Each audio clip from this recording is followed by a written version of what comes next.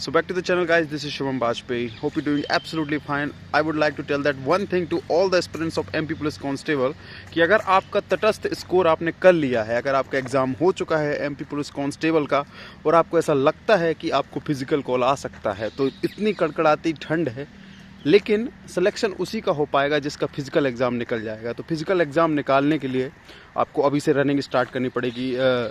ज़्यादा से ज़्यादा आपको 1-1.5-2 महीने का समय मिलने वाला है, उसी में आपको जो है अपनी फ़िज़िकल की तैयारी करनी है। तो अच्छे से फ़िज़िकल की तैयारी में लग जाओ। अगर आपको 5% उम्मीद भी है कि आपका जो है फ़िज़िकल कॉल आ सकता है, आपको फ़िज़िकल के लिए बुलाया जा सकता है, तो मैं आपसे एक बात कहना चाहता हूँ कि आपको जो है फ़िज़िकल की तैयारी चालू कर देनी है। क्योंकि होने वाला क्या होता है, मैं आपको एक चीज़ बता दूँ। एक उदाहरण के तौर पर ये है कि जैसे किसी सीट के लिए 5 कैंडिडेट को बुलाया जाता है फ़िज़िकल के लिए। मान के चलिए एक बच्चे के 80 नंबर आए हैं, एक के 78 नंबर आए हैं, एक के 76 नंबर आए हैं और एक के 74 नंबर आए हैं, ठीक है। तो वो चारों पांचों बच्चे जब दौड़ने जाते हैं तो हो सकता है कि उसमें से जिसके 80 आए हैं, 78 आए हैं, 76 आए हैं, 74 आए हैं, वो बच्चे जो हैं फिजिकल निकाल ही ना पाएँ। क्योंकि हो सकता है वो बच्चा जो है पीएससी की तैयारी करने वाला हो या और कोई विभाग का हो या जो और चीज़ों की तैयारी करता हो, तो हो सकता है कि उसका ग्राउंड इतना अच्छा ना हो तो वो फिजिकल में फेल हो जाए। तो फिर किसका चांस बन जाता है? उस बंदे का चांस बन जाता है जिसके 70-72 नंबर आए हैं। तो वो जो है उस फिजिकल को क्रैक कर लेता है और अपना सिलेक्शन श्योर कर लेता है, क्योंकि फाइनल सिलेक्शन उसी का होने वाला है जिसका फिजिकल निकलने वाला है। तो आप ये मत सोचिए कि ज़्यादा कट ऑफ जा रहा है, क्या हो रहा है। बहुत सारे उदाहरण मैंने अपने सिलेक्शन के दौरान भी ये चीज़ देखी है।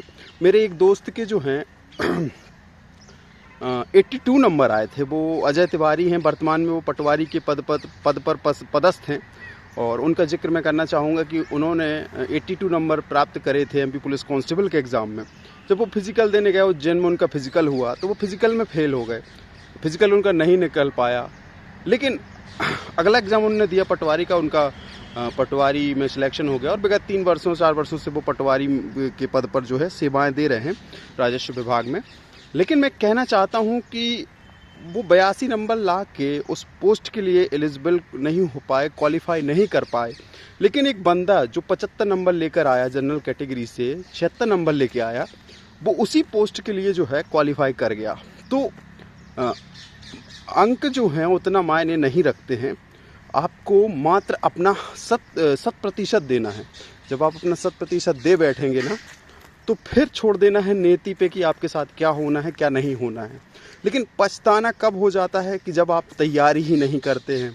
अब बहुत सारे बच्चों के मन में डाउट है कि कट ऑफ क्या जाएगा, मुझे फिजिकल की तैयारी करनी चाहिए कि नहीं करनी चाहिए। तो मैं उन सबसे ये कहना चाहता हूँ, आप जनरल कैटेगरी से हैं और आपके नंबर जो हैं 70 से 80 के बीच में हैं, कहीं पर भी 70 से 80 के बीच में हैं, तो आपको फिजिकल के लिए बिल्कुल जाना चाहिए। क्योंकि आपके पूरे चांस बनते हैं कि आपको फिजिकल कॉल आएगा। और कम से कम जैसे इस बार आपको फाइनल मेरिट लिस्ट में नाम नहीं भी आ पाता है, तो ये हो जाएगा कि आपको कम से कम फिजिकल टेस्ट तक का जो है अनुभव मिल जाएगा कि फिजिकल टेस्ट में होना क्या है, क्या होता है। वो सारी चीज़ें जो हैं आपको क्लैरिफाई हो जाएंगी। साथ ही मैं कहना चाहूँगा कि अगर आप ओबीसी कैटेगरी से बिलोंग करते हैं और आपके नंबर जो हैं 68 to 75 के बीच में वेरी करते हैं या उससे ज़्यादा है तो कोई बात ही नहीं है, मैं कम से कम की बात कर रहा हूँ। उसके नंबर 68 to 75 के बीच में वेरी करते हैं, उसके बीच में होते हैं, तो उसको लिए फिजिकल के लिए जाना चाहिए। क्योंकि अब पोस्ट की संख्या जो है वो 4000 से बढ़ाकर 6000 कर दी गई है। क्योंकि बहुत सारे बच्चे जो हैं, जो 5 गुना बच्चे जो हैं फिजिकल के लिए बुलाए जाएंगे, उसमें बहुत सारे बच्चे फिजिकल में फेल होंगे। केवल जो है अगर पता चला 5 बच्चे बुलाए जा रहे हैं एक सीट के लिए, उसमें से 4 डिस्क्वालीफाई हो गए या 3 डिस्क्वालीफाई हो गए, तो फाइनल मेरिट लिस्ट तक जो है 2 ही बचेंगे, फिर उसमें से एक जो है फाइनल मेरिट लिस्ट में जाएगा।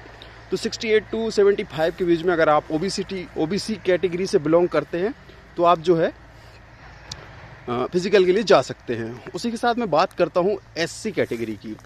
तो अनुसूचित जाति जो होता है उसकी कैटेगरी की अगर मैं बात करूं, अगर आपके नंबर वेरी करते हैं 65 से 70 के बीच में भी हैं और 70 प्लस भी हैं, तो वो प्लस हैं तो कोई बात नहीं। अगर आपके 65 से 70 के बीच में भी अगर आपने नंबर प्राप्त करे हैं तब भी आपको फिजिकल के लिए जाना चाहिए।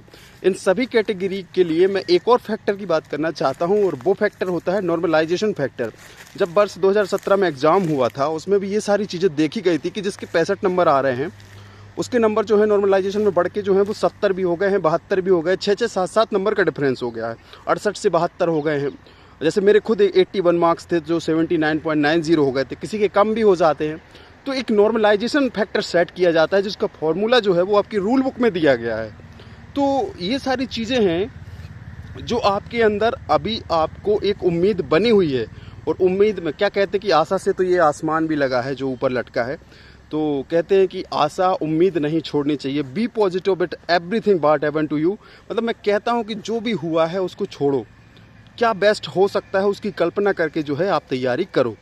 तो कहने का मतलब नॉर्मलाइजेशन फैक्टर है, सारी कैटेगरी पे ये चीज़ अप्लाई होती है। तो ऐसी कैटेगरी की मैं बात करता हूँ कि अगर आपके नंबर 65 से 70 के बीच में वेरी करते हैं तो you have to go for the physical preparation as well. उसकी मैं आपको टिप्स और टिप्स जो हैं मैं बताने लगूंगा कुछ ही दिनों में कि क्या कैसे करना है, कैसे तैयारी करना है। कोई भी हार्ड एक्सरसाइज नहीं करनी है, ना ही हार्ड रनिंग करनी है, इंजर्ड नहीं करना है खुद को, ठीक है। ना ही अभी लॉन्ग जंप के लिए जाना है, ना ही शॉर्ट पुट के लिए जाना है। अभी आप केवल हल्का हल्का रनिंग की प्रैक्टिस करो, ना ही जिम जाने की ज़रूरत है, ना ही कुछ करने की ज़रूरत है। केवल रनिंग स्टार्ट करो और अच्छी हेल्दी डाइट लो, ठीक है। उसके साथ ही मैं और चीज़ें बता दूंगा आपको धीरे धीरे करके। बात करते हैं एसटी कैटेगरी। तो एसटी कैटेगरी की अगर हम बात करें तो एसटी कैटेगरी में अगर आपके नंबर जो हैं 60 से लेके 60 हैं, मैं तो ये कहता हूँ कि 58 से लेके 65 के बीच में भी हैं, ये मिनिमम क्राइटेरिया मैं बता रहा हूँ। 58 से 65 के बीच में भी अगर आपके नंबर वेरी करते हैं तो आपको फिजिकल के लिए जाना चाहिए, क्योंकि नॉर्मलाइजेशन में ऊपर नीचे हो जाएगा तो आप कम से कम पूरा तरीके से प्रिपेयर तो रहेंगे कि आपको जो है फिजिकल का कॉल आया है और आप पूरा तरीके से तैयार हो 800 मीटर रनिंग के लिए। ऐसा ना हो कि फिर 800 मीटर रनिंग आपकी हो जाए, आपका सिलेक्शन होने के चांसेस थे लेकिन आपका फिजिकल ही ना निकले। तो आप जाइए, रनिंग की तैयारी चालू कर दीजिए जिसका एग्ज़ाम हो गया है। और खासकर मैं अब ये मैंने बॉयज़ कैटेगरी की बात कर ली, अगर मैं गर्ल्स कैटेगरी की बात करूँ तो you have to belonging from any category. अगर आप 70 प्लस हैं तो आप तो सेफ जोन में हैं, कहने का मतलब। क्योंकि पिछली बार अगर मैं जनरल गर्ल्स का कट ऑफ की बात करूँ तो मात्र 48 नंबर गया था, ठीक है। ओबीसी का कुछ 62 नंबर गया था। और लड़कियों के साथ एक और फैक्टर होता है, वो कई लड़कियां जो है हाइट में भी छट जाती हैं, फिजिकल में भी छट जाती हैं, तो वहाँ पर भी 5 गुना संख्या बुलाई जाएगी। लेकिन जो है एक बार अगर आपको फिजिकल कॉल होता है तो आपका 60 to 70% चांसेस बनते हैं कि आपका फाइनल मेरिट लिस्ट में नाम आ सकता है, अगर आपका फिजिकल क्लियर होता है तो गर्ल्स जो भी हैं अलग अलग कैटेगरी में, जैसे जनरल कैटेगरी की बात करें तो 70 तो बहुत सेफ स्कोर है। अगर ओबीसी कैटेगरी की बात करूं तो 65 मार्क्स भी बहुत सेफ स्कोर है। और उससे कम भी हैं, 60 to 65 में वेरी करते हैं तो भी सेफ स्कोर है। थोड़ा सा ओबीसी कैटेगरी का कट ऑफ बस थोड़ा ज़्यादा जाता है गर्ल्स का, बाकी तो एससी एसटी में तो और ही कम होता है कट ऑफ पे एक हम डिफरेंट वीडियो अलग वीडियो लेकर आएंगे जिसमें हम पूरा फैक्ट वाइज उस पर हम बात करेंगे। लेकिन अभी आप फिजिकल की तैयारी कर लीजिए अगर आपके नंबर अच्छे हैं। अगर एससी एसटी कैटेगरी से बिलोंग करते अगर आपके 50 प्लस नंबर है तो गर्ल्स के लिए जो है फिजिकल के लिए जाना चाहिए। तो ठीक है, ये वीडियो बहुत ही नॉलेजेबल है, सारी इन्फॉर्मेशन जो है मैंने देने का प्रयास किया है इस वीडियो में। तो सारी चीज़ें जो हैं आपको समझ में आ गई होंगी कि आपको क्या करना है। उठिए, जागिए और तब तक प्रयास करिए जब तक सफलता ना मिल जाए। स्वामी विवेकानंद जी ने ऐसा कहा था। तो आपको जो है आलस्य को त्यागना है और आलस्य को त्याग के फिजिकल की तैयारी चालू करना है। मेरा एक बार यूपी पुलिस में सिलेक्शन हुआ था, मैंने फिजिकल की तैयारी में काफ़ी लापरवाही करी थी। मेरा झांसी में जो है फिजिकल था, मैं फेल हो गया था। वहाँ पे 4.8 किलोमीटर की रनिंग थी, 12 राउंड लगाने थे 400 मीटर के, मैं नहीं लगा पाया था क्योंकि मैंने मात्र 15 दिन प्रैक्टिस करी थी और उतने में उतना नहीं हो पाया, सीरियसली बताऊँ तो मैं बुरे को बहुत झटका लगा था। तो फिर जब मेरा एमपी पुलिस का एग्ज़ाम होने वाला था तो उन्हें नेक्स्ट टाइम वो गलती नहीं करी। तो मैं आप सभी से आशा करता हूँ, उम्मीद रखता हूँ कि आप लोग इस कड़कड़ाती ठंड में अपने आलस्य को त्याग कर जो है फिजिकल की तैयारी को शुरू कर देंगे और अपने सिलेक्शन को श्योर कर लेंगे, क्योंकि ये आखिरी पड़ाव है। फिजिकल निकला तो एग्ज़ाम निकला, फिर उसके बाद आपको कुछ करना नहीं है। मेडिकल तो वैसे भी निकल जाता है, सब फिट फाट है, खाते पीते घर के हो, दौड़ के निकल जाएगा, कोई दिक्कत ही नहीं है। कोई आपको लॉन्ग डिजीजेस लंबी बीमारी नहीं है। अच्छा देखते हो, अच्छा चलते हो, अच्छा सुनते हो, बस ओके है मेडिकल, कोई दिक्कत नहीं है। मेडिकल इतना हार्ड होता भी नहीं है एमपी पुलिस का, ना प्राइवेट पार्ट चेक होता, ना कुछ होता, कुछ भी नहीं, हलवा है कहने का मतलब। बस फिजिकल करिए, वो करिए, ज़रूरी है, करने से कुछ नुकसान तो है नहीं, कि आपका कुछ नुकसान हो जाएगा, आपकी कुछ नेटवर्थ कम हो जाएगी, आपको कुछ कैपिटल लॉस हो जाएगा। तो बस ये है कि फ़ायदे बहुत हैं, नुकसान कोई भी नहीं है। तो आशा है कि आप सभी लोग जो है जिसके नंबर अच्छे हैं वो फिज़िकल की तैयारी चालू कर देंगे। और बहुत सारी अपडेट मैं जो है इस चैनल के माध्यम से जो है आप सभी को देता रहता हूँ।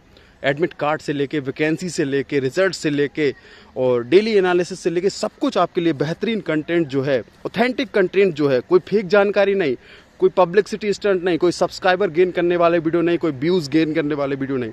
जो ऑथेंटिक वीडियो है, बीइंग अ पुलिसमैन मेरी ये ड्यूटी बनती है कि जो है आपको एक ओरिजिनल कंटेंट प्रोवाइड करूं। और बस कभी भी पब्लिक प्लेस, अभी मैं मास्क इसलिए नहीं पहना हूं क्योंकि मैं यहाँ दूर दूर तक अकेला हूं, मास्क नहीं पहनूंगा तो चलेगा। लेकिन जब भी आप पब्लिक गैदरिंग करते हैं, पेपर देने जाते हैं, तो जो है मास्क पहनिए, टू व्हीलर राइड करते हैं तो हेलमेट पहनिए, कार ड्राइव करते हैं तो सीट बेल्ट पहनिए। ये हमारी बेसिक चीज़ें हैं जो आपको याद रखनी है।